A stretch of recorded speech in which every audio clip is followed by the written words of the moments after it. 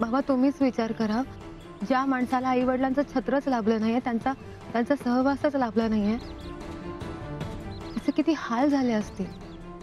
बाबा मला माहिती आहे, साखरपुड्याला न येऊन राजवीरने खूप मोठी चूक केली आहे, मला मान्य आहे. पण आता त्या मागचं कारण आपल्याला सगळ्यांनाच कळलंय ना. एवढा कणखर माणूस माझ्यासमोर रडला बाबा. त्यांचं एवढंच म्हणणं आहे की माझ्यामुळे त्यांच्या आयुष्याला पूर्णत्व मिळेल, अर्थ येईल.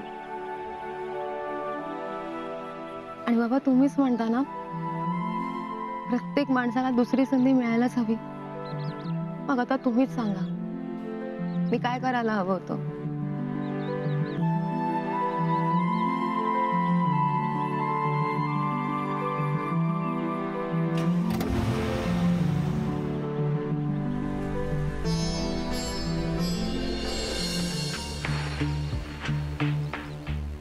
काय प्रॉब्लेम आहे त्या माणसाचा मला खरंच कळत नाही. राजवीर रिलॅक्स. त्यांच्या मुलीने माफ केलंय ना मला, मग यांना काय प्रॉब्लेम? अरे तू जरा शांत हो. तोपर्यंत मनवाचं आणि माझं लग्न होत नाही ना, तोपर्यंत हे शांत वगैरे होणं माझ्यासाठी पॉसिबल नाही. राजवीर तू एंगेजमेंटला गेला नाहीस म्हणून हा सगळा प्रॉब्लेम झालाय. मान्य आला मला, त्यासाठी त्यांना सॉरी म्हणालो ना मी.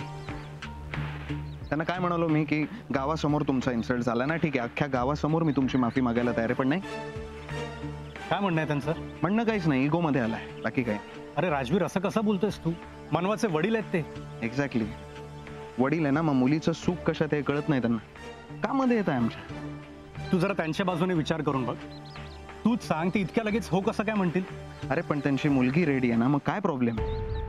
आणि मला ना, मी नाही थांबू शकत आता जास्त. राजवीर तुला वेड लागलंय.